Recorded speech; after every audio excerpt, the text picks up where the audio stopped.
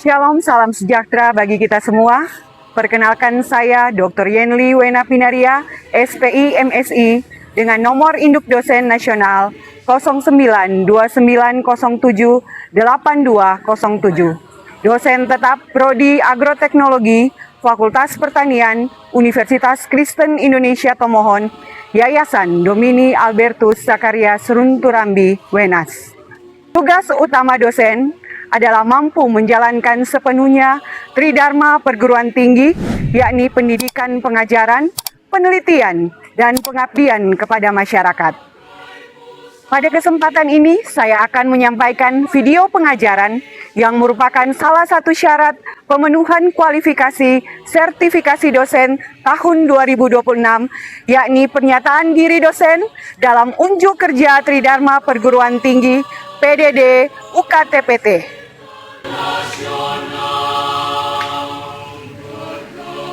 Adapun mata kuliah yang saya ampu yakni mata kuliah Bioteknologi Tanaman dengan kode mata kuliah C01306 dengan bobot SKS 3 pada semester genap, dan mata kuliah ini ditujukan kepada mahasiswa semester 6 program studi agroteknologi.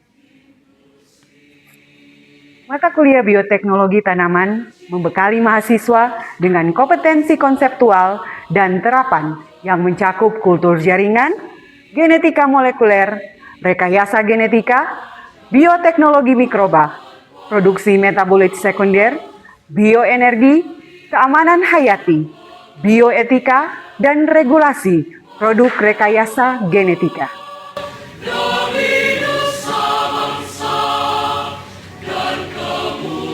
Praktikum, studi kasus, analisis data, serta project-based learning mengarahkan mahasiswa untuk mengidentifikasi masalah produksi tanaman dan merancang solusi bioteknologi yang aman, berkelanjutan, serta relevan bagi komoditas lokal Sulawesi Utara.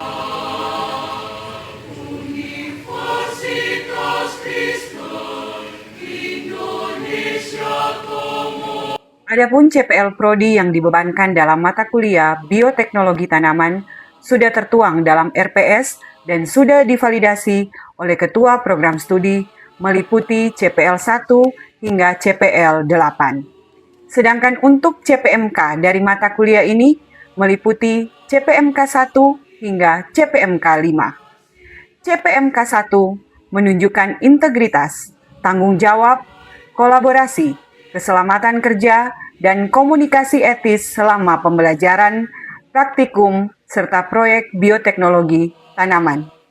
Sedangkan CPMK 2, mahasiswa bekerja sama, menghargai keberagaman, berkomunikasi secara etis, serta menunjukkan kepedulian terhadap petani, masyarakat, lingkungan, dan keberlanjutan sumber daya pertanian.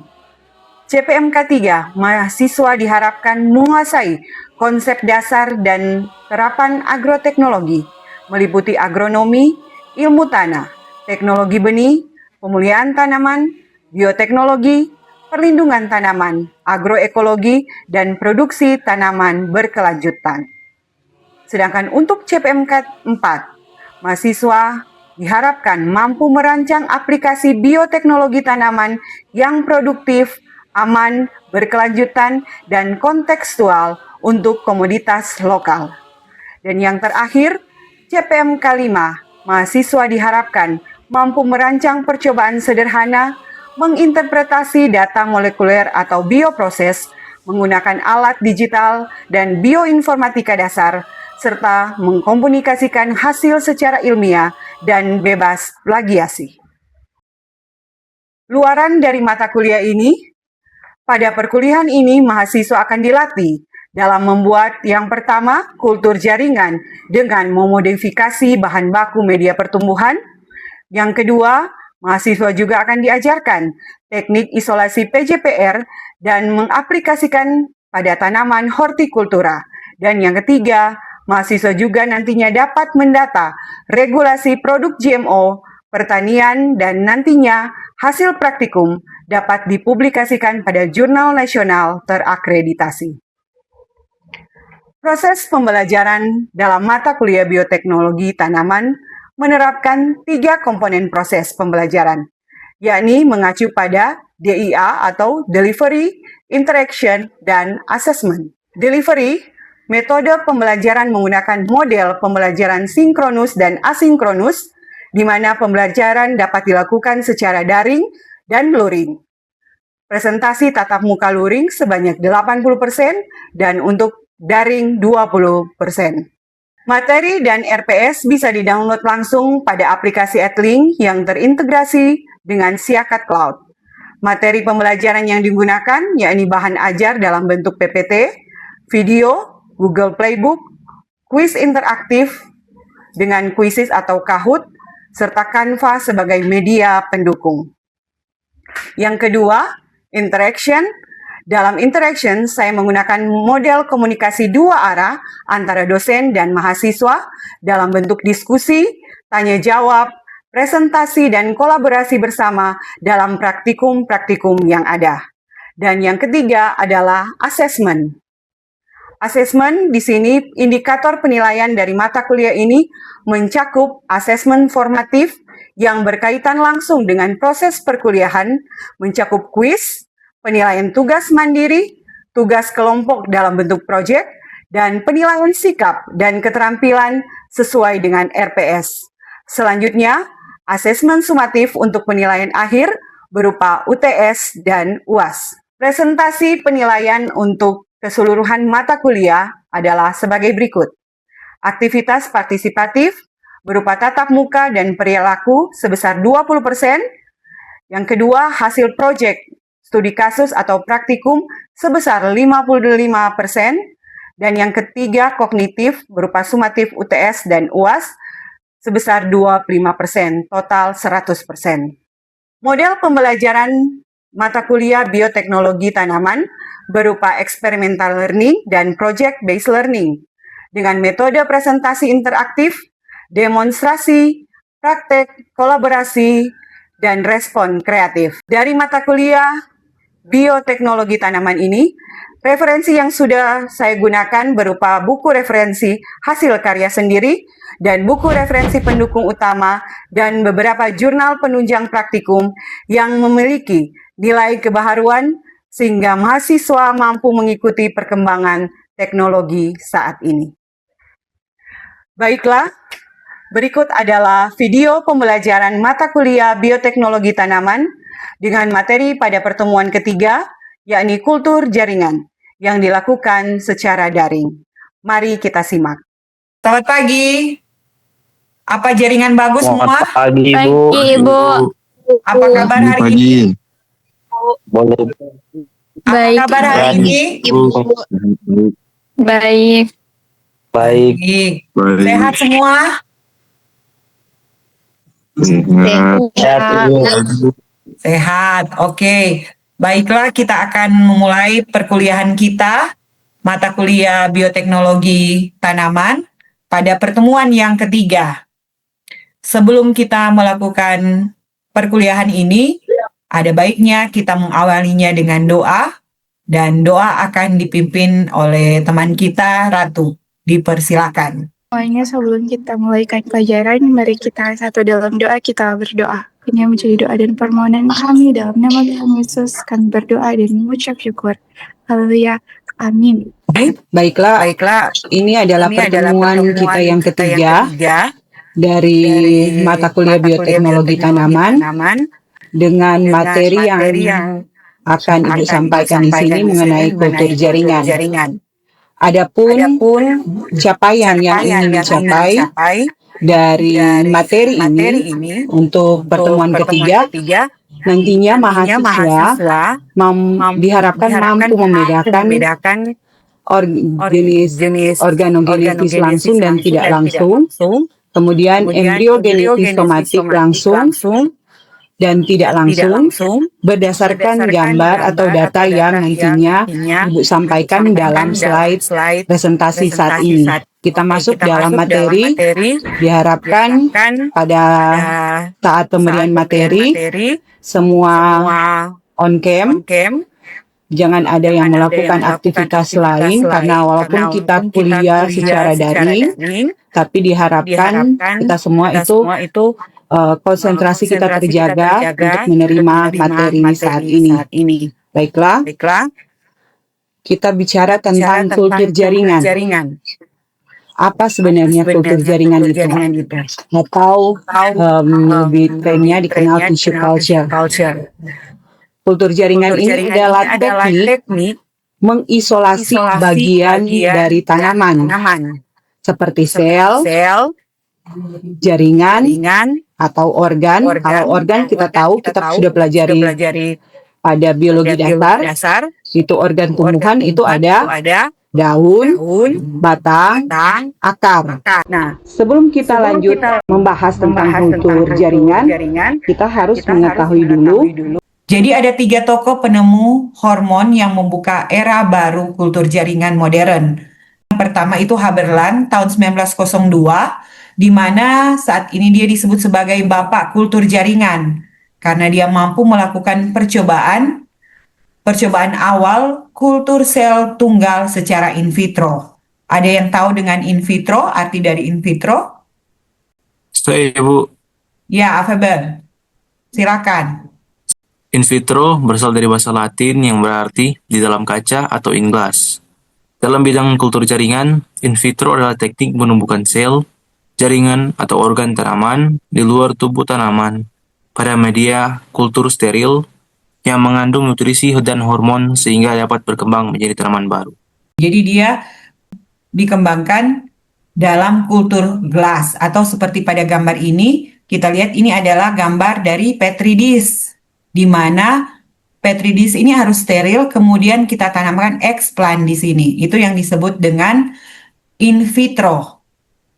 Selanjutnya ada dari Wen 1926. Nah, dia ini yang menemukan hormon auksin. Sedangkan untuk sitokinin ini ditemukan oleh Scott dan rekan-rekannya pada sekitar tahun 1950-an. Dia menemukan kinetin atau sitokinin yang lebih kita kenal saat ini sitokinin yang merangsang pembelahan pada sel. Selanjutnya, bila kita bicara kultur jaringan, kita tidak bisa lepas dari 3 pilar regenerasi tanaman. Yang pertama adalah etipotensi. Pilar yang kedua adalah dediferensiasi, yakni kemampuan sel untuk mematangkan atau mematangkan diri untuk kembali ke kondisi meristematik aktif, kemudian dia membelah kembali. Dan yang ketiga adalah kompetensi, yakni potensi spesifik yang dimiliki oleh suatu sel untuk berkembang mengarah pada pembentukan organ atau jaringan tertentu. Setelah kita mengetahui 3 pilar yang tadi, kita akan membahas apa sih sebenarnya organogenesis itu. Organogenesis adalah kemampuan jaringan tanaman non-meristematik untuk membentuk organ baru seperti akar, tunas, atau daun melalui proses de novo. Sebelum lanjut, ada yang tahu tentang apa arti de novo? Ada yang tahu? Saya Ibu. Oh, Sisil, silakan. Proses de novo adalah proses pembentukan atau sintesis suatu senyawa atau organ baru dari awal menggunakan bahan-bahan sederhana, bukan dari hasil daur ulang. Oke, jadi itu yang disebut dengan de novo.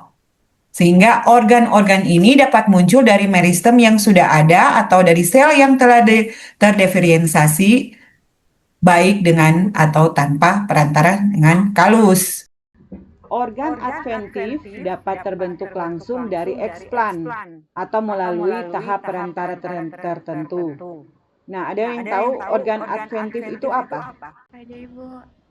Iya, Ratu. Ya, organ adventif ini adalah organ yang dari tumbuhan yang tumbuh pada tempat yang tidak normal.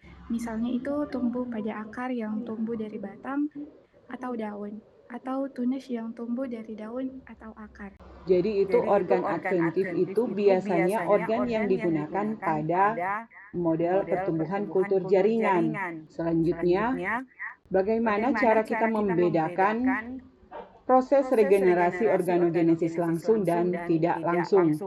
Organogenesis type yang direct dan indirect. Kalau yang direct, yakni organogenesis langsung, terjadi ketika tunas atau akar terbentuk langsung dari explant.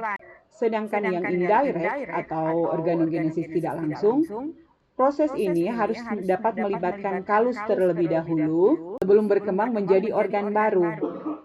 Jadi organogenesis tidak langsung sering digunakan dalam kultur jaringan karena dia mampu memberikan permulaan lebih dalam regenerasi tanaman. Kita masuk pada proses regenerasi embriogenesis somatik. Embriogenesis somatik ini merupakan jalur regenerasi seperti pada gambar. Jalur regenerasi lain yang memungkinkan terbentuknya embrio dari sel somatik tanpa melalui fertilisasi. Perkembangan sel somatik ada 6 fase. Yang pertama itu fase oktan dengan gambar seperti ini. Dia akan berbentuk bulat simetris atau disebut juga dengan globular.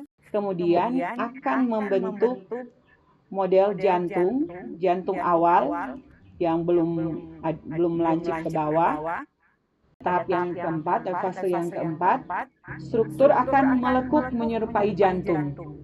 Dan pada tahap yang kelima, dia akan dari lancip ini akan mengalami perpanjangan atau pada tahap ini disebut torpedo karena sudah terbentuk kotiledon. Dan pada tahap terakhir adalah tanaman akan tumbuh secara sempurna seperti pada gambar yang keenam. Sekarang kita masuk pada cara membedakan proses regenerasi embriogenesis somatik. Embriogenesis somatik ada dua, yakni embriogenesis somatik langsung dan embriogenesis tidak langsung. Pada gambar di sebelah ini adalah gambar proses embriogenesis somatik langsung. Masuk dalam pertumbuhannya tanpa dia harus membentuk kalus terlebih dahulu. Sehingga dia langsung bisa menghasilkan tanaman kecil seperti pada gambar ini. Kemudian pada proses aklimatisasi, dia bisa dipindahkan ke tanah. Sedangkan embriogenesis somatik tidak langsung, itu proses pembentukan embrio somatik yang melalui tahap kalus terlebih dahulu. Nah, di sini explant akan diinduksi membentuk kalus atau massa sel yang tidak terdiferensiasi menggunakan hormon. Nah, hormon yang digunakan ini seperti yang sudah disampaikan di awal tadi adalah hormon auksin. Jadi di sini ada media MS Murray Serge yang ditambahkan dengan hormon auksin. Ini media pertumbuhannya pada bagian A ini. Kemudian dia akan mengalami proses yang tahapan tadi, 6 tahapan tadi. Ini contohnya pada explant bonggol pisang. Kita sudah membahas tentang organogenesis, kemudian embriogenesis. Seperti yang sudah disampaikan minggu lalu, kita akan membahas case study kita pada saat ini. Ada 4 jurnal yang akan kita bahas. Yang pertama adalah tentang induksi organogenesis explant cauliflower pada media cair dengan beberapa perlakuan sterilisasi. Oh, Christian dari hasil review jurnal yang sudah Ibu bagikan pada pertemuan terakhir minggu lalu. Apa hubungan dari jurnal yang Ibu bagikan ini dengan materi yang sudah Ibu sampaikan pada pagi ini?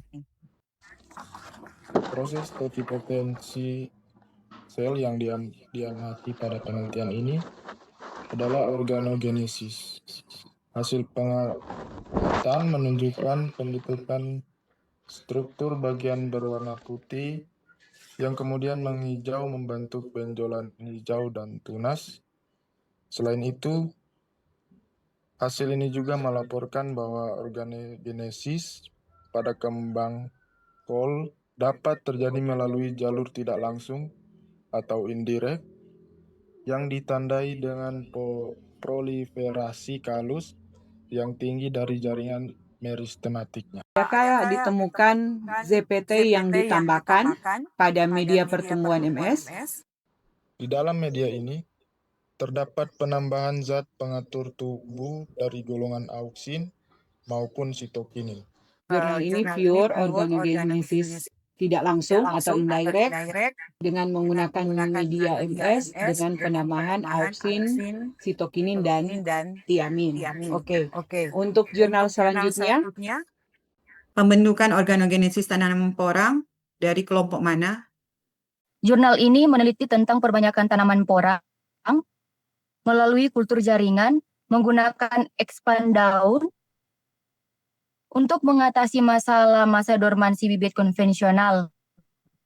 Penelitian ini menguji pengaruh berbagai konsentrasi hormon tidiasuron terhadap pembentukan kalus, regenerasi, dan multiplikasi tunas pada media MS. Hasil terbaik untuk pembentukan kalus dan tunas diperoleh pada penggunaan TDZ dengan konsentrasi 2 mg per liter. TDS jenis ZPT apa? TDS? Sitokinin. Sitokinin, benar. Jadi, tidiasuron itu adalah golongan CPT sitokinin. Dalam jurnal ini mendapatkan bahwa penambahan sitokinin pada 2 mg menghasilkan regenerasi kalus yang lebih cepat dibandingkan dengan konsentrasi yang lainnya. Apakah dia termasuk dalam organogenesis langsung atau tidak langsung? Proses totipotensi yang terjadi dalam penelitian ini adalah organogenesis secara tidak langsung. Kenapa dikatakan tidak langsung di sini? Hal ini dikarenakan expand daun porang tidak langsung membentuk tunas, melainkan melalui fase pembentukan kalus terlebih dahulu pada bagian bekas luka potongan explant. Terima kasih untuk kelompok 2. Kita lanjut pada kelompok selanjutnya untuk materi. Kelompok 3, kelompoknya Gabriel, silakan. Dari kelompok 3 dengan jurnal peningkatan efisiensi regenerasi melalui optimasi media induksi kalus dengan 2,4 diklorofenoasetik asid pada padi indica. Penelitian dalam jurnal ini bertujuan untuk menentukan komposisi media yang paling tepat untuk menginduksi kalus embriogenik somatik pada padi indica varietas Ciherang dan mengetahui efektivitas regenerasinya. Dari hasil review jurnal yang kami dapati, terdapat proses totipotensi organogenesis langsung dan tidak langsung. Pada organogenesis langsung terjadi pada perlakuan media CIM1 yang tidak diberi hormon 24D. Kalau yang auksin kita tahu yang 24D itu adalah auksin. Kalau untuk sitokinin dia menggunakan apa? Sitokinin berupa BAP. Tujuan dari penggunaan sitokinin dan auksin ini apa sebenarnya? Untuk merangsang pertumbuhan kalus menjadi tunas dan akar, media dasar MS basal ditambahkan kombinasi ZPT. Oke, untuk jurnal yang ketiga, kita masuk yang terakhir, jurnal yang terakhir. Kelompok siapa ini? Baik, saya Bu. Ya, Krisna. Silakan. Dalam jurnal ini bertujuan untuk mengetahui pengaruh konsentrasi zat pengatur tumbuh 2,4 diklorofenoasetik asid terhadap induksi kalus pada tanaman bawang merah varietas lembah Palu. Apakah dia masuk dalam organogenesis atau embryogenesis? Proses totipotensi yang terjadi dalam penelitian ini diarahkan pada embryogenesis somatik secara tidak langsung. Dikatakan tidak langsung karena sel-sel somatik dari eksplan atau umbi harus membentuk fase perantara berupa gumpalan sel yang belum berdiferensiasi yang disebut kalus. Dalam penelitian ini, peneliti hanya menambahkan ZPT dari golongan auksin, Bu, yaitu 24D. 3 jurnal sebelumnya itu semuanya ada penambahan auksin dan sitokinin. Kita tahu bersama bahwa bawang merah ini juga mampu menghasilkan hormon itu sendiri sehingga dia hanya ditambahkan dengan hormon auksin. Untuk 4 materi kita sudah. Next, ada waktu 31 detik setiap soalnya.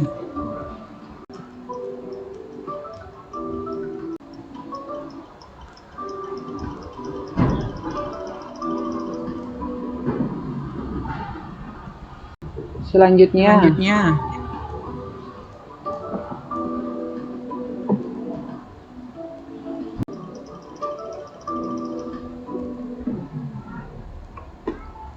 Next. Next.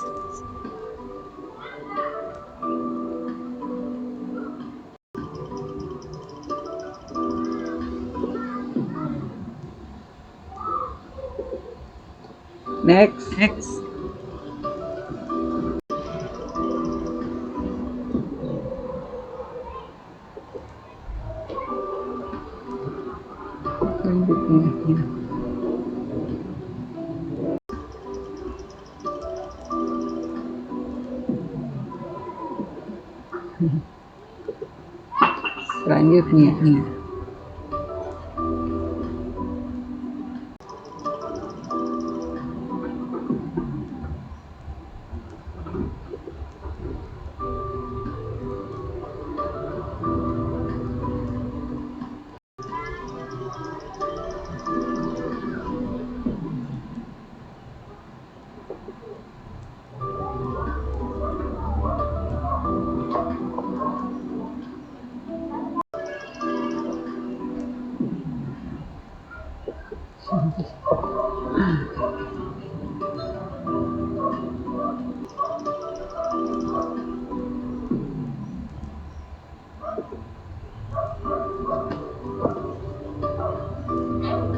Jadi yang paling di atas adalah Ratu, Ave, dan Christian.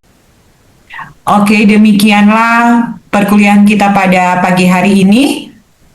Dan untuk perkuliahan minggu depan, kita lanjutkan secara luring. Dan terima kasih kepada teman-teman mahasiswa yang sudah bergabung. Dan jangan lupa untuk mengisi absen lewat QR code dalam @link yang sudah dibagikan pada awal perkuliahan tadi. Sekian dan terima kasih. Shalom. Demikian video pembelajaran mata kuliah Bioteknologi Tanaman, Program Studi Agroteknologi, Fakultas Pertanian, Universitas Kristen Indonesia Tomohon. Terima kasih.